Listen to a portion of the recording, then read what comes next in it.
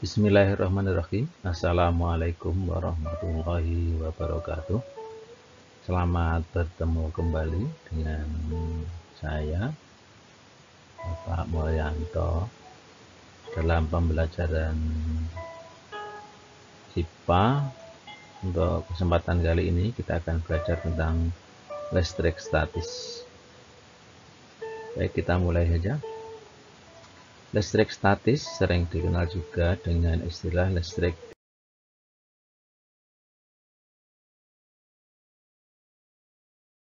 tidak mengalir.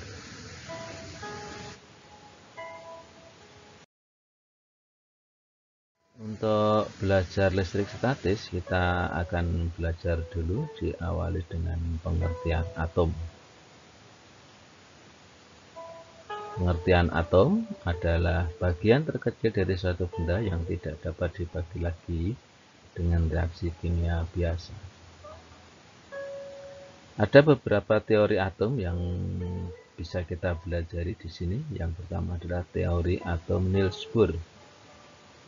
Beliau menyampaikan bahwa yang pertama, atom terdiri atas inti atom yang bermuatan positif dan yang dikelilingi oleh elektron dan bermuatan negatif. Yang kedua, elektron bergerak mengelilingi inti atom. Teori yang ketiga, elektron dapat berpindah dari lintasan dalam ke luar dan lintasan luar ke bagian dalam.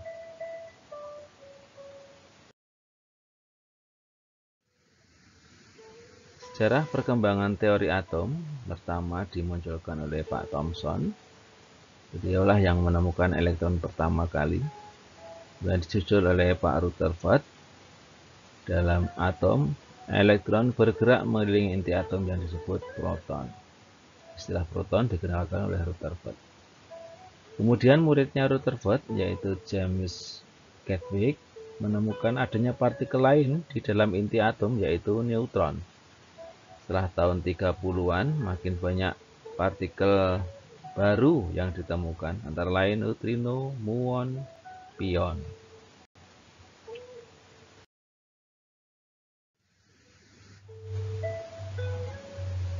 Tahun 1963, Murray Gell-Mann dan George Zwick menyatakan bahwa partikel elementer seperti proton dan neutron tersusun dari quark dengan berbagai kombinasi. Ada beberapa jenis quark yang berbeda, yaitu up, down, strength, dan champ. Ukuran quark sendiri sekitar 1000 kali lebih kecil daripada proton, sedangkan muatan listriknya 31 atau 32 muatan proton. Diambil dari Annie 1997 dan Jendela Iptek 2001.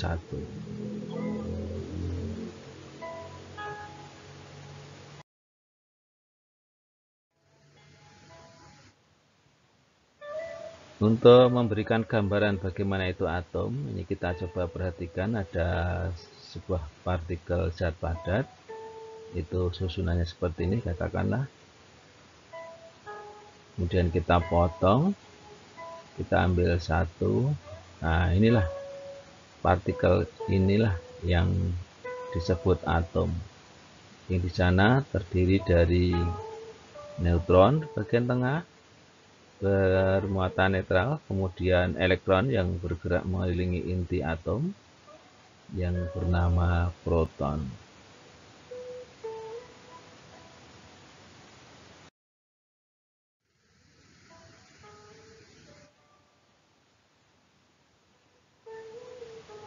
Teori atom yang kita pelajari itu sudah dirangkum di sini. Ada atom terdiri dari 3 partikel tadi, proton, elektron, dan neutron. Proton dan neutron membentuk inti, sedangkan elektron berkeliling mengelilingi inti. Elektron mengelilingi inti menggunakan tingkat energi tertentu di dalam orbitnya masing-masing. Kemudian netral itu sama jumlah protonnya dengan jumlah elektronnya. Kalau bermuatan positif itu kekurangan elektron, kalau atomnya bermuatan negatif berarti kelebihan elektron.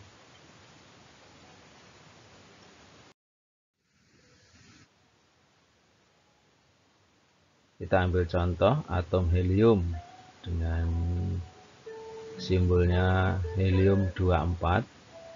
Jadi di dalam inti ada 2 proton dikelilingi oleh 2 elektron. Kemudian ditemani oleh 2 neutron, sehingga di dalam inti terdapat 4. Misalnya atom litium 36. Berarti elektronnya yang bergerak mengelilingi inti 3, jumlah protonnya 3, neutronnya 3. Di dalam inti ada 6. Yang kita contohkan di sini adalah atom-atom netral.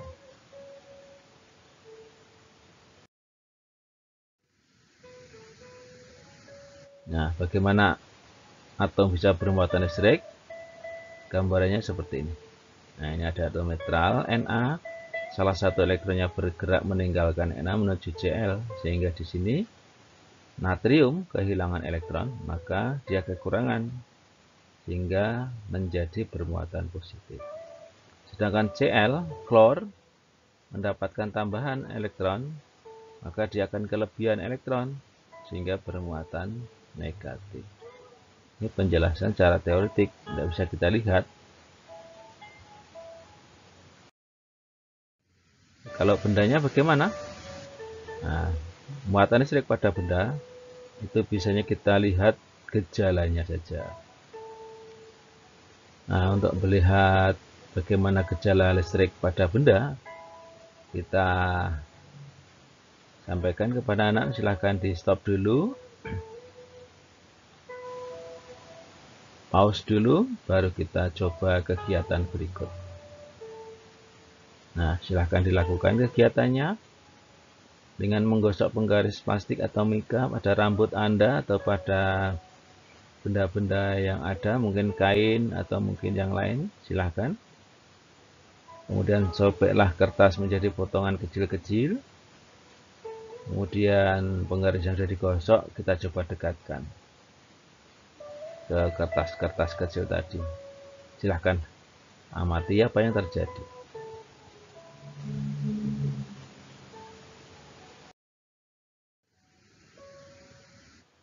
Ya. Benda dapat bermuatan listrik itu ada beberapa cara, salah satunya adalah dengan cara menggosok. Penggaris plastik yang digosok dengan rambut kering, maka penggaris plastik akan menjadi bermuatan listrik negatif karena elektron dari rambut yang tadi kita gunakan untuk menggosok pindah ke penggaris plastik. Benda-benda tertentu yang digosok dengan benda lain akan menjadi bermuatan listrik karena elektron berpindah dari benda yang satu ke benda yang lain.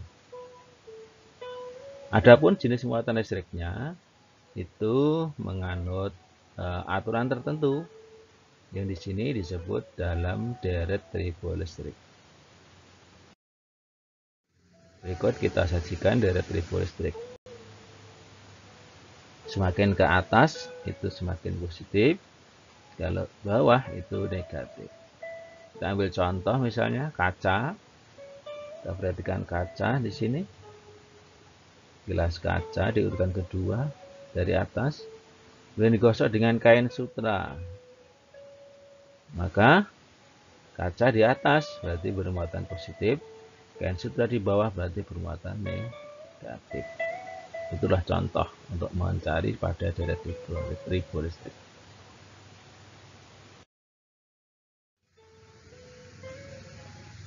Nah, bagaimana kalau benda-benda yang bermuatan listrik tadi kita dekatkan atau kita sampingkan berada di dekatnya? Ya, tadi kaca sudah ketemu bermuatan positif. Kalau digosokkan, kemudian didekatkan sesama kaca yang digosok dengan kain sutra, ternyata tolak menolak. Kesimpulannya, muatan listrik sejenis dia akan tolak menolak kalau didekatkan.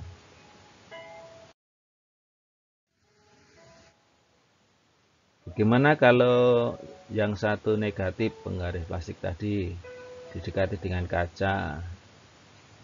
Ternyata tarik menarik. Dari sini dapat disimpulkan bahwa muatan listrik yang tidak jenis bila didekatkan dia akan saling tarik menarik.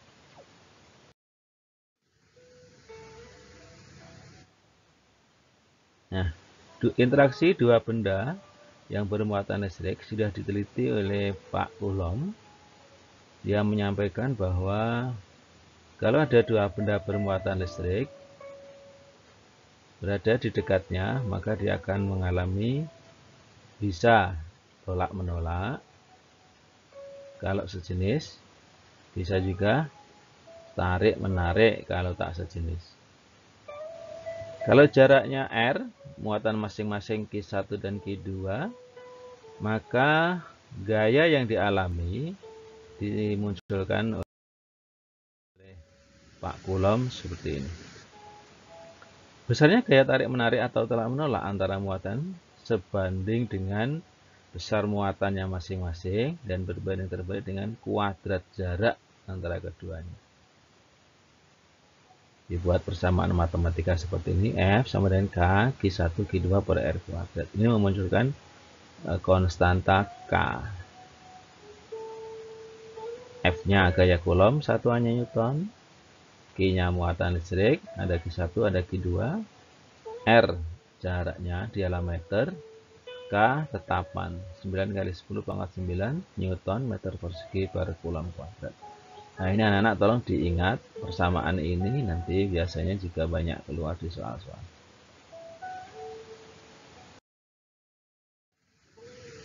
Kita ambil contoh soalnya. Ya, dua benda masing-masing 3 mikro, di sini ada satuan mikro Coulomb, dan minus 2 mikro Coulomb, terpisah jauhnya 3 cm. Tetapannya sudah disampaikan tadi, 9 kali 10 pangkat 9 Newton meter persegi per Coulomb kuadrat. Maka gaya tarik menarik antara keduanya adalah, kita lihat dulu, tulis Q1, Q2, R-nya kita jadikan meter, K-nya kita tulis, rumusnya sudah kita tulis, K Q1 Q2 per R kuadrat. Angka-angkanya kita masukkan. Nah, di sini jawabannya adalah 60 Newton.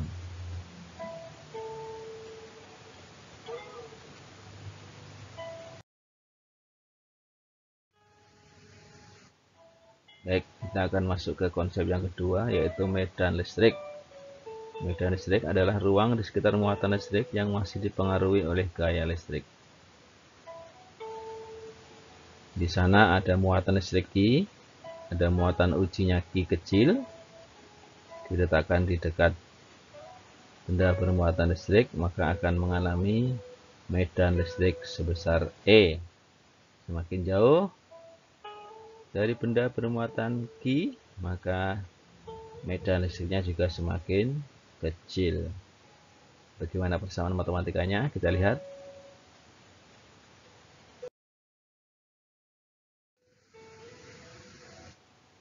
Nah, ini medan listrik digambarkan garis gaya listrik. Untuk positif jauhi, untuk negatif mendekati.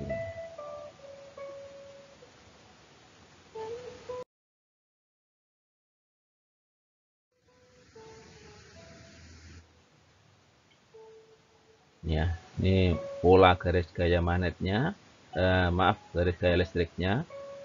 Tolong diperhatikan. Jadi kalau plus menjauhi, kalau negatif masuk.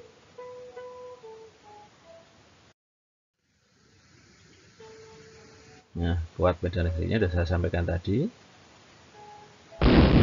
Ya, E sama dengan F per Q.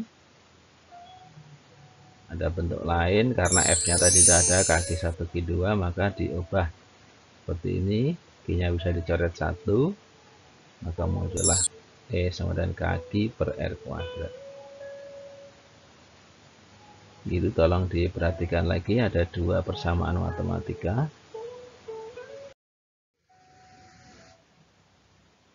Kita masuk konsep baru, beda potensial dan energi listrik. Beda potensial adalah besarnya energi listrik yang diperlukan untuk memindahkan muatan listrik tertentu. Nah, di sini misalnya dipindahkan, maka V sama dengan W per Q. Karena W itu sama dengan EP, sama dengan kaki 1Q2 per R, maka persamaan V-nya menjadi V sama dengan kaki 1Q2 dibagi R kali Q, kemudian Q-nya dicoret 1, muncullah ini kaki per R, itu potensial listrik. Bedakan dengan medan listrik. Kalau medan listrik E sama dengan kaki per R kuadrat, kalau ini kaki per R saja.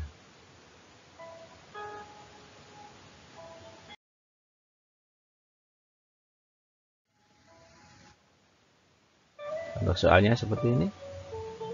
Berapakah beda potensial kutub baterai dalam sebuah rangkaian jika baterai tersebut membutuhkan energi 60 Joule, muatan yang dipindahkan 20 Coulomb.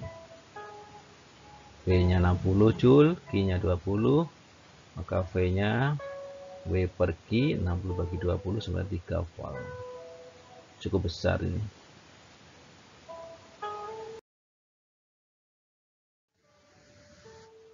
Masuk konsep baru, induksi listrik. Ada sebuah benda netral, jumlah positif dan negatifnya sama. Kalau didekati dengan benda bermuatan listrik, nah ternyata ada kutub-kutub negatif yang bergeser menuju ke benda yang mendekati. Karena bendanya positif, maka yang mendekati adalah negatif. Ya. Induksi listrik adalah peristiwa pemisahan muatan listrik pada suatu benda ketika didekati dengan benda bermuatan listrik. Nah, ini nanti bisa digunakan untuk prinsip penggunaan pada elektroskop.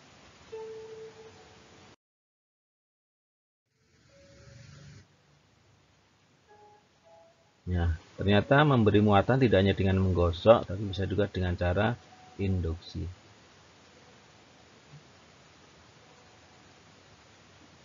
Nah, kemudian dibumikan, ternyata dapat tambahan lagi elektron, nah, sehingga ada lebih elektron yang ada di sana, sehingga bendanya bermuatan negatif. Kesimpulannya, benda netral jika diinduksi dengan positif, muncullah negatif. Demikian pula sebaliknya, kalau benda netral didekati dengan negatif, muncullah benda positif.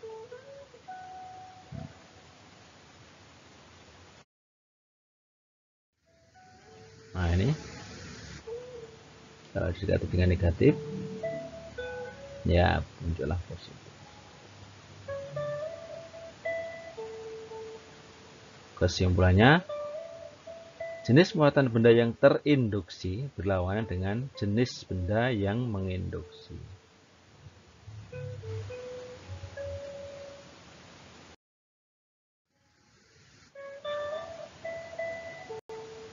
Nah, yang ketiga bisa juga dengan cara menyentuhkan atau menempelkan. Nah, coba diperhatikan, benda netral ditempel dengan benda negatif.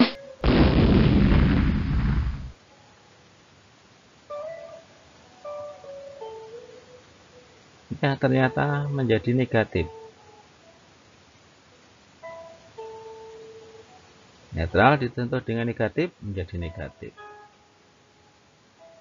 Nah, coba Anda renungkan. Seandainya bendanya netral didekati dengan positif, apa yang terjadi? Benda yang muncul bermuatan negatif kah atau positif?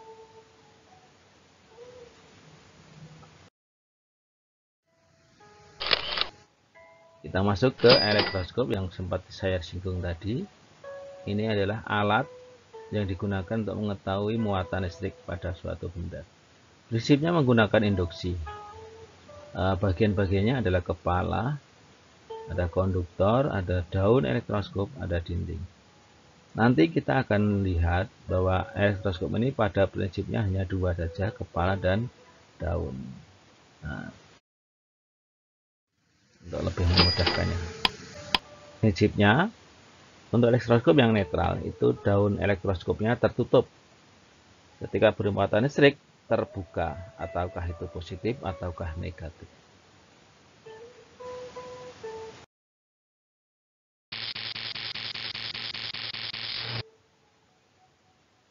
Nah, anak-anak nanti bisa coba untuk membuat elektroskop ini dengan barang-barang bekas yang ada di sekitar Anda. Silahkan perhatikan caranya. Nah, ini bahan-bahannya: botol bekas kecil, aluminium foil, bisa bekas bungkus rokok atau bungkus pil tablet itu juga bisa. Kawat tembaga 15 cm, tidak usah terlalu besar, kecil saja. Kawat kabel itu dikupas, nanti isinya diambil, dan amplas dan gabus dan penggaris listrik. Langkah-langkahnya perhatikan. Ambil aluminium foil pembungkus rokok yang kecil, yang di dalamnya itu kecil, kemudian dipisahkan antara kertas dengan aluminium foilnya, dipisahkan. Untuk mudahnya bisa direndam air dulu. Nah, kemudian potong, ukurannya kecil saja.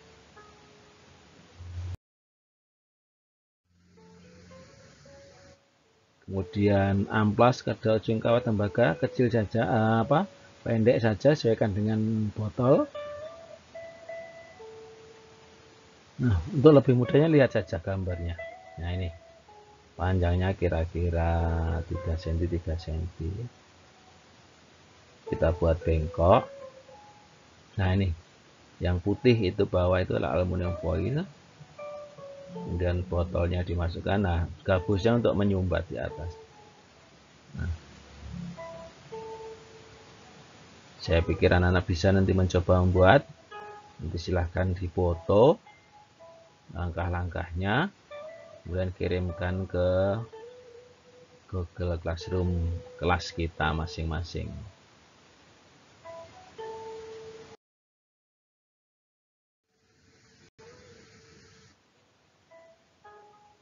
Nah, ini cara memberi muatan listrik pada elektroskop. Sama dengan tadi, didekati, kemudian kepala elektroskopnya negatif, sedangkan ekornya positif, sehingga dia bermuatan positif. Kalau disentuh bagaimana? Nah, ada elektron dari bumi menuju ke elektroskop, maka ekornya kembali menguncup lagi. Kalau ditinggal, maka dia akan menjadi elektroskop bermuatan negatif.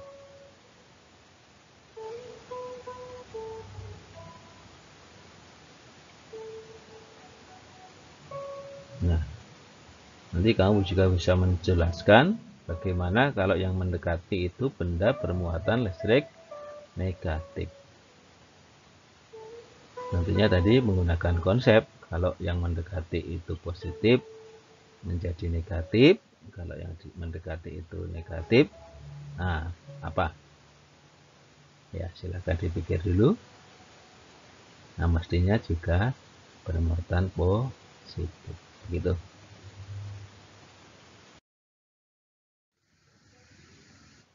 Nah, untuk tugas kalian silahkan dibaca.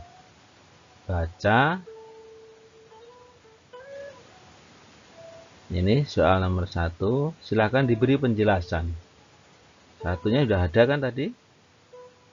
Yang tinggal yang satu diberi penjelasan. Gambar, kemudian diberi penjelasan. Baik, mungkin itu dulu yang bisa kita sampaikan pada kesempatan pertemuan kali ini. Sampai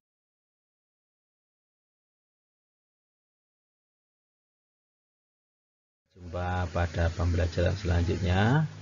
Tetap semangat, cuci tangan yang bersih, Jangan lupa pakai masker, jaga jarak, dan tetap hidup sehat. Terima kasih atas perhatiannya. Bila taufik walhidayah. Assalamualaikum warahmatullahi wabarakatuh.